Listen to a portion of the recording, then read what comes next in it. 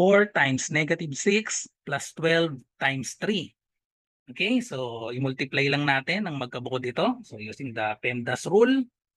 So unahin daw natin yung may parenthesis. So dalawa yung may parenthesis, magkahiwalay sila. So evaluate na natin ang magkabukod. 4 times negative 6. So positive times negative. So therefore the answer should be negative. Okay, so we have negative 4 times 6, that is equal to 24. Then just copy the sign plus 12 times 3, that is equal to 36. So simplify this, negative 24 plus 36, we need to subtract since the sign are negative and positive.